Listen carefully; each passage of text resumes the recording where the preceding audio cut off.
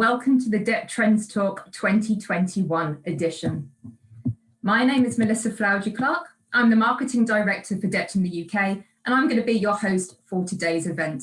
Now, we've got a fantastic lineup of Dept experts speaking to you today. I'm joined by our Creative Director, Max, who will be sharing his top trends for 2021 and beyond. Our Principal Technology Consultant, Jonathan, who will be talking technology. Our Design Lead, Rasmus, who will be talking creativity. And our Insights and Data Team Lead, Lizanna, who will be talking data. Now, here's how it's going to work. In a few moments, I'm going to hand over to Max. He'll present the next big thing for 2021, a 15-minute talk, followed by a 5-minute Q&A. Then, for those of you who have joined us on Zoom, we're going to put you into smaller breakout sessions, where you'll hear 3 presentations on tech, creativity, and data, each followed by a Q&A. So if you have any questions throughout the talks, please feel free to pop them into the chat. And we're expecting the event to wrap up at around 10 past the hour. Now, before I hand over to Max, I'm just going to introduce Dept to those of you who are new to us. So we are an international digital agency, 1,500 people in 13 countries across Europe and the Americas, working together to build and accelerate your digital business.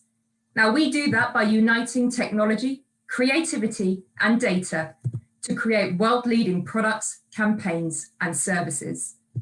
Now, we are a full-service agency, so whether you need a new brand, help designing your customer experience, the technical architecture to support your digital ambitions, a commerce platform, or next-level data and marketing services, and anything and everything in between, we can help you. Now, we work with global super brands and local heroes across the globe and in all sectors.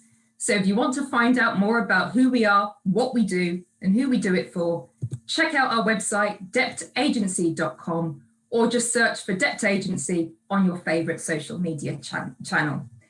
So without further ado, I'd like to extend a very warm welcome to Max Pinas, our Creative Director. Remember, if you have any questions at all, please feel free to pop them in the chat. Over to you, Max. Thank you, Melissa. Welcome, people.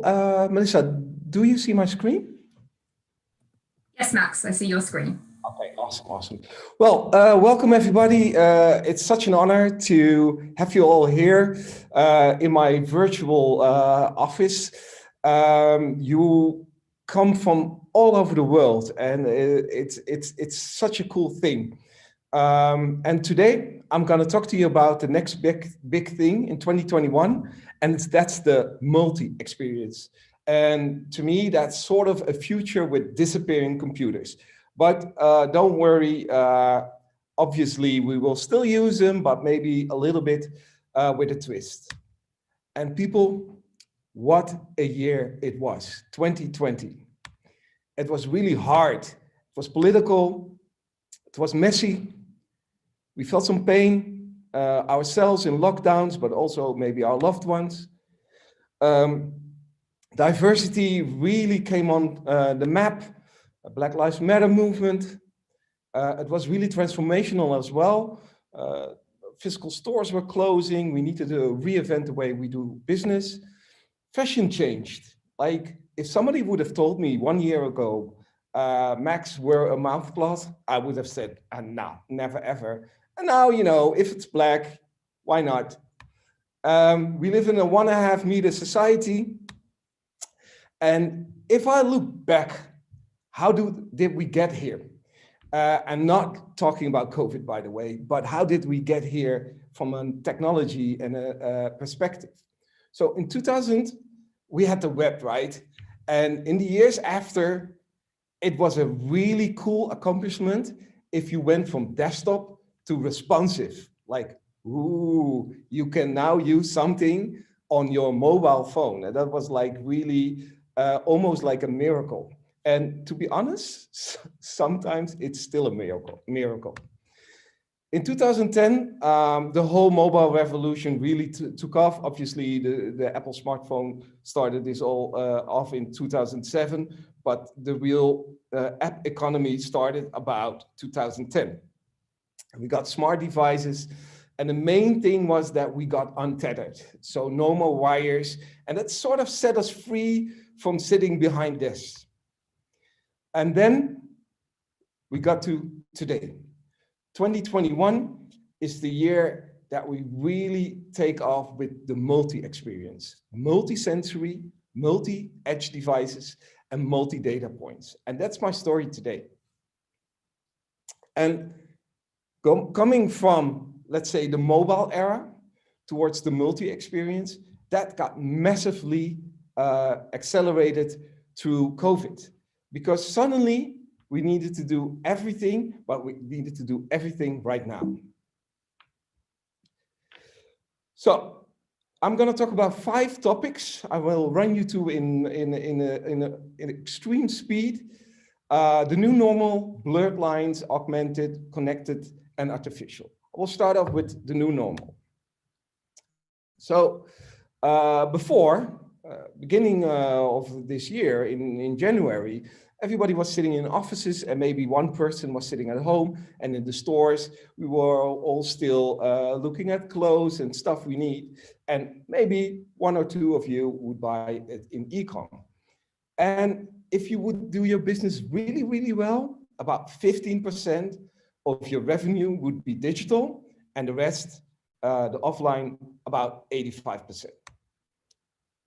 In March, suddenly that 85% became lost revenue. And that really changed businesses overnight. And that put us into a new normal, the normal that we are in still today. Almost all countries we know are in lockdowns or partial lockdowns where we work from home. And some of us are in the office, and e-commerce is almost entirely, or commerce is almost entirely digital. In the next normal, you could expect a hybrid situation. If you see a lot of the studies coming from McKinsey, from Gardner, from Forrester, depending on what area you're in, between 30 to 70% of the workforce says, I want to stay and work at home, or at least partially. And there's also a big part that wants to return to the office. So that will be a mixture. And exactly the same, that's inside of your companies, will happen outside. Part of the people will really want to go back to the inner cities and buy stuff and look at things and go window shopping. But a lot of what we did and are doing changed the way we behave. Why should I, for normal things, go to an inner city if I can just buy it online? So just as in the offices, we will see in the shops a mixture, a hybrid situation. And then if you look back at that 15% digital revenue and 85% offline revenue, you should try to work and your way up to maybe 60% or 40% or 70%, depending on what line of business you're in. Because in the end, it will make you less vulnerable. So I have an interesting stat. This is from last year, April 2020. And you see every year from 2009 to 2020, the e-commerce penetration. And something really insane happened the second quarter, where the penetration doubled overnight. And that's the same growth as the last 10 years combined. How insane. So to me, the sum up of the new normal the new normal is really a starting point for your brands and your businesses to grow your digital business. It will help you scale and become less vulnerable when physical locations are hard to visit. It maybe sounds logical, but I think this is really the way forward, and to push your digital capabilities, especially on e-com, be it B2C, be it B2B. Then my second one. That's a little less serious, but still very interesting. The blurred lines between brands and consumers, or let's call them people. I have one example of Lil Nas. I'm bad as Michael Jackson. Hey. You will think like, oh, now maybe you will even think, who's Lil Nas? Well, he was the best-selling artist of last year. He did a performance in Roblox. Well, my son of 13 is playing that game. It has a couple 100 million users. And he did a live performance and it had an audience of 33 million people. Wow. Second example of Fortnite, where during the Black Lives Matter movement, this happened in-game. And if you know you come from a racist background, or if you come from where race was talking about a certain way, be honest about what those conversations were and what. So We Are the People is a movement within the US, and they have a theater setting within Fortnite. And again, this is the most played game in the world, where gamers and professionals are discussing diversity. So suddenly you see a gaming brand, you see the biggest platform, that is PlayStation, and another organization working together to discuss a relevant topic. And that brings me to blending and my sort of sum up of this. Blending multiple brands in collaborations drives new ways to grow your customer base and business while forcing to be current. So think collabs with influencers, from the fashion world, or any other combination you can make will blend your business into another domain. And this is really the way forward. Then my third point, augmented. A small clip. The small and mighty Apple Watch has marked a trend with Apple's devices. They're getting more personal. From the iMac to the MacBook, the idea for the iPad led to the iPhone, even though the smartphone technically came out first. And then the smartwatch. The next big product will be the most personal of them all.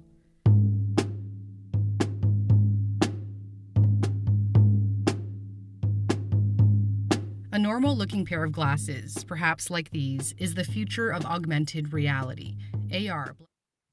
You go, oh, what? Oh, snap, did I miss that? No. The new AirPods Max are still the newest product. There aren't Apple glasses yet. However, it's predicted they will come within 1, 2, or 3 years. Facebook already launched together with Ray-Ban, and they are going live probably this summer with their version of this. So you might think, okay, Max, I've heard this story before. Wasn't that the same like Google Glass? Yeah, Google Glass, sure. But you know, that camera at the front of the glasses made you a little bit, gave you a little bit itchy. But if you look forward, these new glasses will look like normal glasses like I wear today from Ace and Tate or whatever brand they are. And they will help you to walk the streets without looking at your phone each and every time, making it safer. Or when you're in a store, you will see recommendations like you would see in a e-com environment, but then live. Or when you walk into a restaurant, you will see waiting times, or you will see the specials of the day. Or just when you're in home, you will get additional information, maybe about your wife or your husband, but maybe also about just stuff lying around, giving you an additional layer of information over the real world. To me, AR VR together with innovations like 5G and LiDAR, and LiDAR is a technology that is a sort of a radar that's already on the iPad Pro and the new iPhone 12 Pro. And the interesting thing of LiDAR is that opposed to the Google Glass, you can have a camera on your glasses, but without it's invading other people's privacy. It will only scan the vicinity, helping you, for example, when it's dark or to navigate. And this can make good on the promise to revolutionize tech. It will boost interest in emerging concepts like what's already being boosted by COVID, but it will even go faster and faster, virtual stores, virtual products, and virtual events. So, brings me to connected. A small clip. Today is the beginning of a new era for iPhone. Today, we're bringing 5G to iPhone. 5G. To 5G. 5G. Okay. I will stop the herding. It will go on for 65 times. Holy moly, what were they thinking? But 5G is faster and more reliable. And that speed and that reliability will raise the expectation in B2B and B2C. I have a massive store near my house. I always needed to connect to the Wi-Fi when I went to the back, and then otherwise I couldn't navigate through the aisles and get recipes and stuff like that. Right now with 5G, I don't even notice anymore. But that also means that the service that store delivers to me in a digital manner needs to be top notch. So this will be the era or the year or the years of real-time streaming experiences where everything comes now and in real time. To me, 5G enables every combination of sensors, robots, automated equipment, and unique devices. And that will be a massive opportunity, but also it will be something we need to manage as businesses, as brands, and we need to start managing it soon. It's a much bigger thing, just going from 3 to 4G. 5G is a game changer. Then, my last thing is artificial. First, a small clip. And oh, for the viewers from England, I will make a point after this because I can understand it's your queen and I don't want to offend you in any way. Perfecting my moves for TikTok. Everyone ready?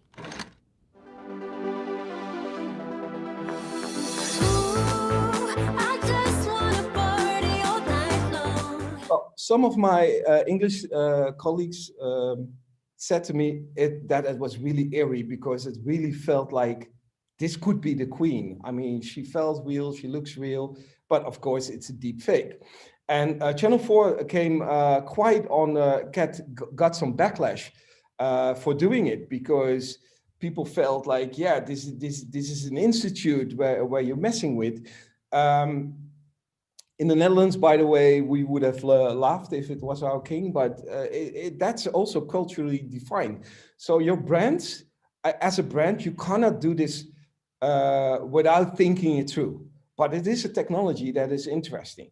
So I made fun of your queen. No, I didn't make fun of your queen, but I shown a funny clip. So let's do it for myself. So one of my dreams was being Sylvester Stallone.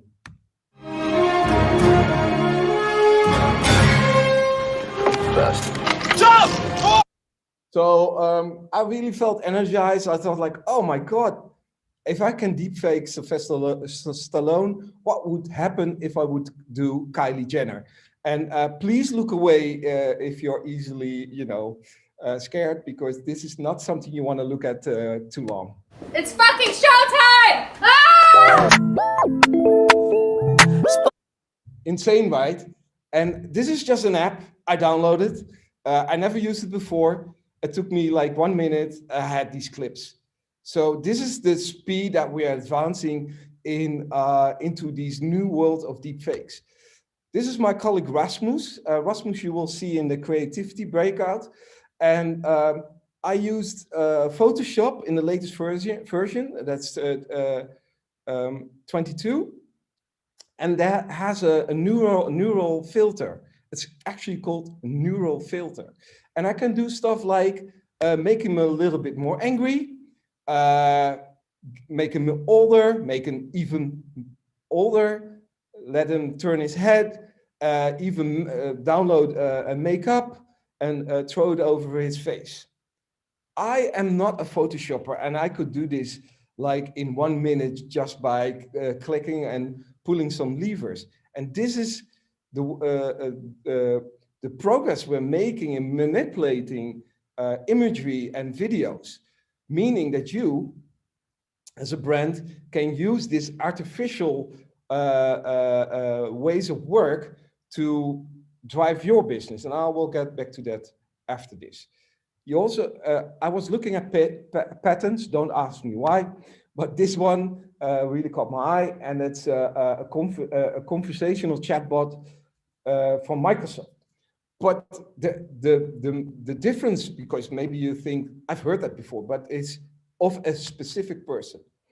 What they said in their patent is access social data of people, create a personality index from that social data, then train an AI using that personality index. And from that, you would be able to talk to someone you know forever, even if that person is not there. That's insane. That's ex machina. That's almost the future here right now. To me, bringing it back to 2021, artificial support and brand ambassadors will open the door for 24/7 service and brand communications. Because if you combine that AI and these deepfakes, but then put it to work for the better, it would mean that you will have endless digital assistants and people that can help your customers in finding their way to your products and services. To wrap it up, the past few decades have conditioned us to use technology. So we were trained to learn a mouse or a touchpad or to understand interfaces. I believe that the coming years, this will turn the other way, to all those sensors, to all those things, smart intelligence, and the things we talked about before. This will create a human purpose-based future with disappearing computers. And I really, really like that thought, because then we can get back to the things we actually want to do, to the core of our work, or getting groceries without needing to have a course about how an environment works. And to me, this technology embedded in society strengthens the bond between a brand, its product, and the customers. I really believe if you do this well in the multi-experience and get this experience at the right time, at the right moment, in the way your customer wants to consume it, you will strengthen your bond, and this will make your business way more sustainable, and in the end, grow your business. And this is more a generic thing, but where I strongly believe, and that I think also the people that work here in believe, technology and digital is here to augment human intelligence and improve our daily lives. This is what we aim for. This is what we aim for with our clients. And I think to all the new developments we have, this is also the things you are gonna address with your teams and the things you're doing. So my last thought on creativity. If you want to start with this, you need to have a fluid strategy and an open design method. You can't write a strategy anymore for the coming 3 to 4 years. You can have a dot on the horizon, but it needs to be fluid and it needs to be open. The technology, again, open, flexibility, the use of systems in such a way that you can adapt to new technologies coming at you. For example, app clips, streaming apps in iOS. We couldn't have predicted that it would come out in this version of iOS. So your system needs to be open enough to adapt to it. And Jonathan will talk about this a little bit more. And data. Data is now something that's always siloed, and it needs to be actionable, and it needs to be actionable on the customer journey of your customers. And that means that it can't be somewhere just to analyze and have insight. It needs to be something that you can actually use. So these three things together will create the multi-experience. But to get that to work, you need teams that have a multi-mandate from your boards, from your management, to be allowed to do this and break free from the silos you're working in probably right now. Not everybody, obviously, some are ahead, but most of us are still there. You have to have a multi-mindset. So we can't just focus on creativity. Hey, I made a beautiful picture, or hey, I have a lot of data, or hey, my server is the best in the world somewhere in the cloud. No, it needs to be a mindset that we need to work together on all of these, and then a multi-skill set. it's really important that you pull the best people from all of your organization and put them together in a multidisciplinary team to work on this, and also have experts on demand from the outside to get infused on certain parts, because you can't know everything yourself. So Rasmus is going to tell this story about creativity and give you a little bit more insight on that. Jonathan will do it on technology, and Lisanne will do it on data. And I hope you will get some examples of the story I told you today. If you pull up your phone and you scan this QR code, it will link you to my LinkedIn. And if you just say, hey, I will send you this awesome deck as a present. And if you have any feedback in it, I'm open to it. Let's talk. And for now, thank you for listening. And I will get back to Melissa for some questions. Thanks very much, Max. Unfortunately, we are really short on time, but 3 people have asked the same question, so I have to ask it. So that Queen deepfake was horrific, I have to say. It was so realistic. And we're wondering, how can brands make use of this deepfake technology in a really practical, tangible way? I'm not sure if it will be the real deepfakes that you could use, because deepfakes in itself mean that you will use existing material and make it something else. But there are technologies, and I can send it after with the deck I sent, that create people that don't exist yet. AI, there's a whole website dedicated to people that don't exist yet. You have virtual influencers with massive amount of following. So you could use this type of technology to create brand ambassadors, service personnel, but they are all virtual, helping your business to tell your story or to help people with whatever they need help with. Great, thank you, Max. Now, unfortunately, we have run out of time, so I wish we could ask more questions, but it's time for the breakout sessions. So for those of you who are watching us live on LinkedIn, unfortunately, this is where we have to say farewell, but you can see all of our future events on our website, deptagency.com.